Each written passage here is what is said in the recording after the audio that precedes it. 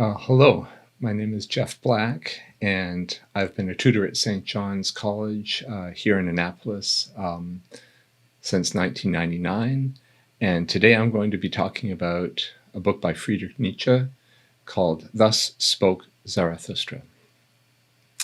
Now, my German is not so good, so I'm going to be reading it in a translation. And even though my opinions about Nietzsche translations are not informed by a lot of experience with German, my preferred translation for Zarathustra is the translation by Graham Parks.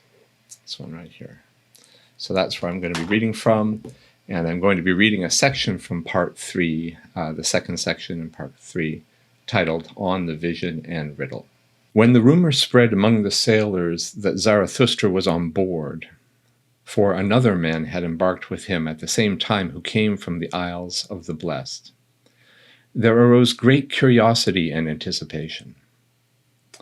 But Zarathustra remained silent for 2 days, and was cold and deaf with sadness, such that he responded to neither looks nor questions.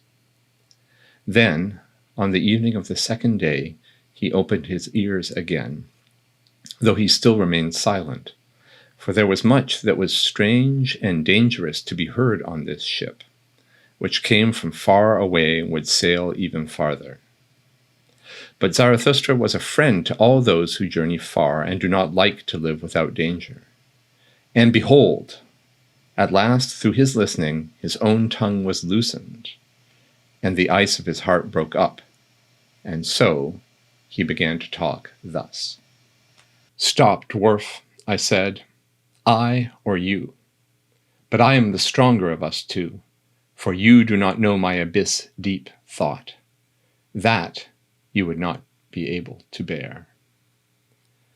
Then something happened that made me lighter, for the dwarf jumped down from my shoulder out of curiosity, and he squatted down on a rock in front of me.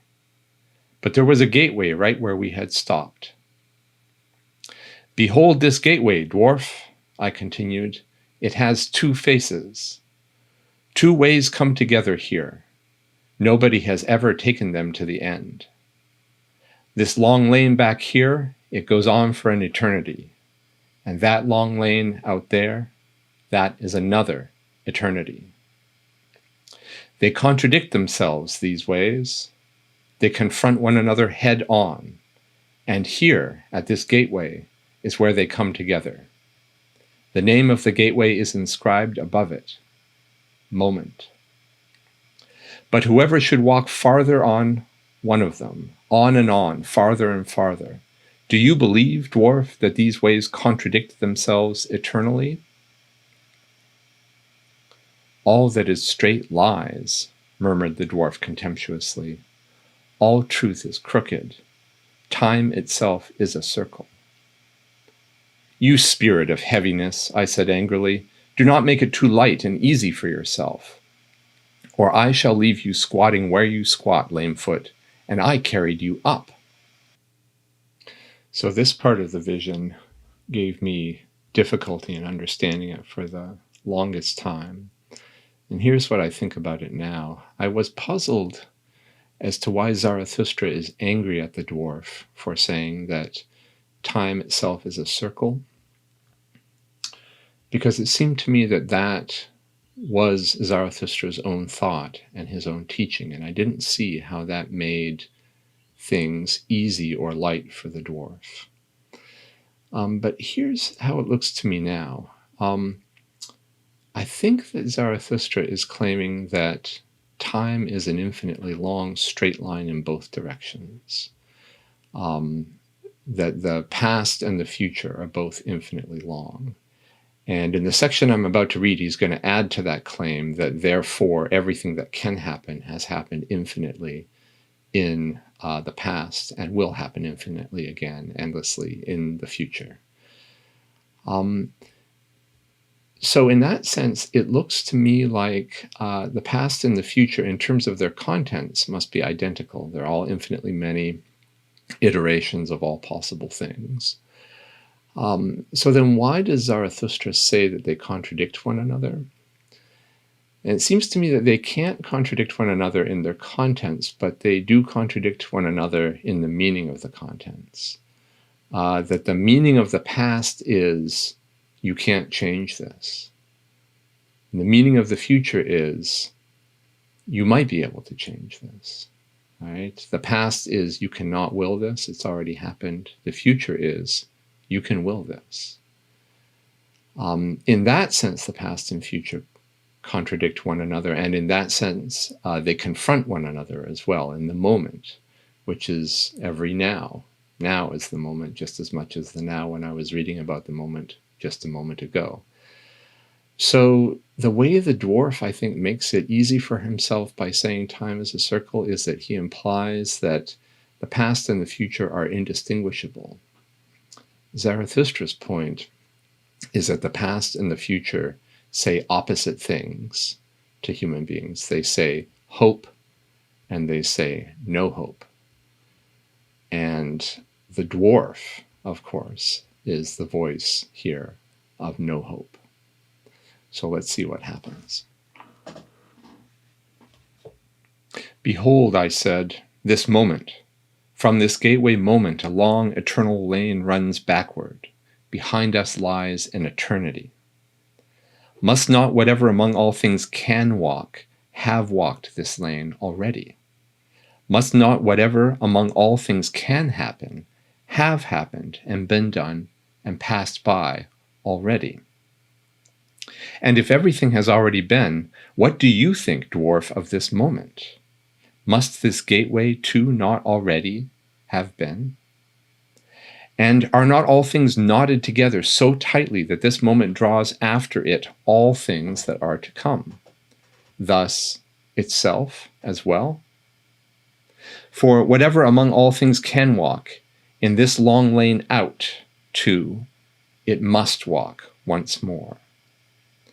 And this slow-moving spider crawling in the moonlight, and this moonlight itself, and I and you in the gateway whispering together, whispering of eternal things, must we not all have been here before, and must come again and walk in that other lane out there before us, in this long and dreadful lane?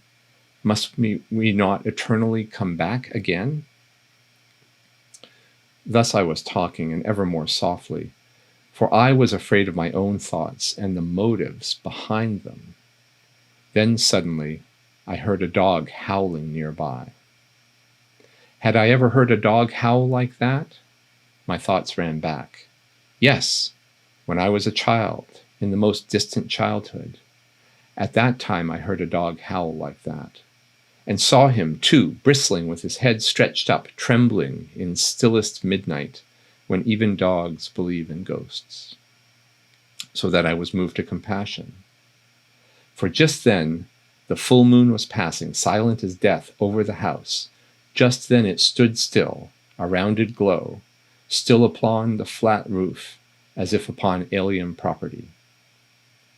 That was why the dog was terrified, for dogs believe in thieves and ghosts. And when again I heard that howling, I was moved to compassion once again. Where had the dwarf gone now? And the gateway? And the spider? And all the whispering? Had I been dreaming? Had I woken up? Between wild cliffs I stood all at once, alone, desolate, in the most desolate moonlight. So why does the dwarf disappear? Why does the dog begin howling at that point when the dwarf disappears? Why does Zarathustra fall silent? Why does he think about his past? It looks to me like it's the thought that Zarathustra and the dwarf will both come back eternally that makes the dwarf disappear, that somehow destroys him. But it's a thought that frightens Zarathustra as well. And I take it that it's a thought that the future will not be different in kind from the past. That it's not true that the future and the past oppose one another. Their contents are the same. It's a mistake to see one as the realm of I will and the other as the realm of it was. And this is a thought that somehow frightens Zarathustra and silences him. Here's our final reading. But a man was lying there, and there, the dog jumping about, bristling, whimpering. Now it saw me coming, then it howled again, then it cried. Had I ever heard a dog cry for help like that? And verily, what I then saw, I have never seen the like. A young shepherd I saw, writhing, choking, convulsing, his face distorted, and a heavy black snake hanging out of his mouth. Have I ever seen so much disgust and pallid horror on one face? Had he perhaps been asleep? Then the snake crawled into his throat and bit itself fast there. My hand tugged at the snake and tugged in vain. It could not tug the snake out of his throat. Then it cried out of me, "Bite off, bite off. Bite the head off, bite it off." Thus it cried out of me, my horror, my hate, my disgust, my compassion, all my good and bad cried out of me with a single cry. You bold men around me, you searchers, tempters, experimenters, and whoever among you has embarked with cunning sails upon unexplored seas, you who are glad for riddles, now guess for me the riddle that I saw then. Now interpret for me the vision of the loneliest. For it was a vision and a premonition. What did I see then in the parable, and who is it that must yet come some day? Who is the shepherd into whose throat the snake thus crawled? Who is the man into whose throat all that is heaviest and blackest will crawl? But the shepherd bit, as my cry had counseled him. He bit with a good bite. Far away he spat out the head of the snake, and then sprang up, no longer shepherd, no longer human, one transformed, illumined, who laughed. Never yet on earth had a human being laughed as he laughed. Oh, my brothers, I heard a laughter that was no human laughter, and now a thirst gnaws at me, a yearning that will never be stilled. My yearning for this laughter gnaws at me. Oh, how can I bear to go on living? And how could I bear to die right now? Thus spoke Zarathustra. So by the end of On the Vision and Riddle, we seem to have two visions. The first is the vision of Zarathustra's encounter with the dwarf and his moment of courage. And then the second is this vision of the shepherd choking on the heavy black snake that has bit itself fast into his throat. And Zarathustra's advice, bite it off, which the shepherd carries out, and then is transformed and laughs like no human being has ever laughed. Each of these visions is also double. Each of them involves Zarathustra and someone else. The first, Zarathustra is in the commanding position. He overcomes the dwarf. In the second, Zarathustra is in the advising position. He gives advice to and he watches the shepherd as the shepherd carries out what he recommends. And then he longs for and wishes that he could do what the shepherd did. The thought that this section is titled On the Vision and Riddle in the singular suggests that these two visions might be two ways of seeing the same thing. Maybe the same thing seen from two different perspectives. And then there's the riddle. So what are the sailors supposed to make of this story that Zarathustra is telling them after his days of silence? They hate to deduce where they can guess. We've been told that about the sailors. But it shouldn't really be hard for them to figure out the answers to Zarathustra's questions. His challenge to them is, what did they see there? What did he see there?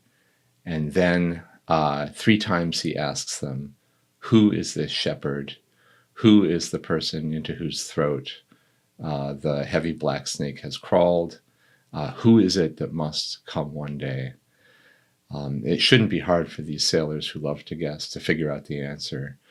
It is, of course, well, I suppose the best thing to say is you could figure it out too. You should read the book.